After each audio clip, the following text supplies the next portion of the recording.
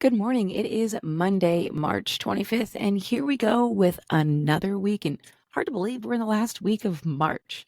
But let's start off today with, well, how's your bracket? Mine is not looking so good, but yours might be. A couple reasons we'll talk about that as we go through for today. The women's side of March Madness. Now, keep in mind, this is just the third year women have been able to use the term March Madness with their tournament, and they are killing it in the ratings, ticket sales, etc. The LSU Tigers advanced to the Sweet 16, and there are rumors that there's a hit piece being done by the Washington Post on LSU head coach Kim Mulkey. She tried to get out ahead of it in an intense press conference, saying along the lines of, "I've hired the best defamation lawyer in the country. I will sue the Washington Post if they publish a false story about me."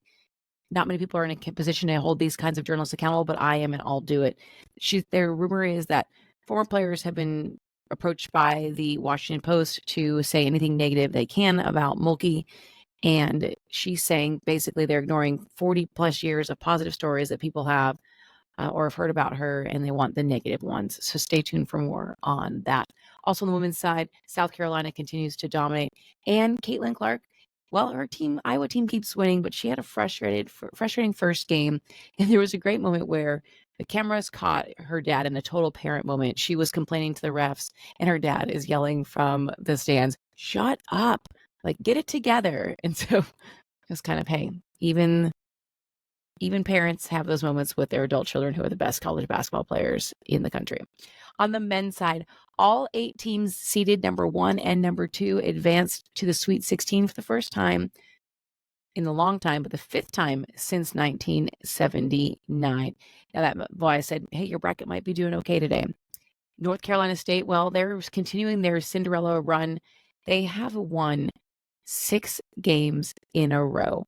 Pretty incredible for them. They're led by their big man, DJ Burns Jr., who is fantastic.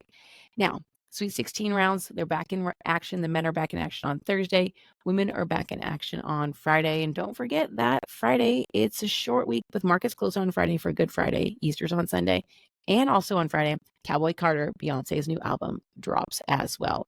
A few quick notes before we go. Los Angeles Dodgers player Shohei Ohtani is going to speak to the media today about his interpreter's alleged gambling issues. You might recall that the interpreter was wiring money from Ohtani's account to a alleged illegal bookkeeper. So more on that. But the story is getting a little more weird, as the interpreter listed that he claimed he graduated from the University of California, Riverside in 2007. But an NBC station in LA said there is no record of him in the university database. So stay tuned for more on that as Ohtani comes out today. And last but certainly not least, Coach Prime is continuing to make headlines as he does. He's like the Kardashians, right? So he's on a book tour, and he stated that his sons could pull what he's calling an Eli Manning, which means they may refuse to play for certain teams when they enter the NFL draft next year. Prime is always making things happen. That's all we have for this week. I hope you have a great week ahead. Of course, check out Wednesday's podcast where we're going to talk about the Major League Baseball season that starts this week. LastNight'sGame.com. If anything we've missed and you want to talk about and you want to hear about it, check it out, lastnightsgame.com.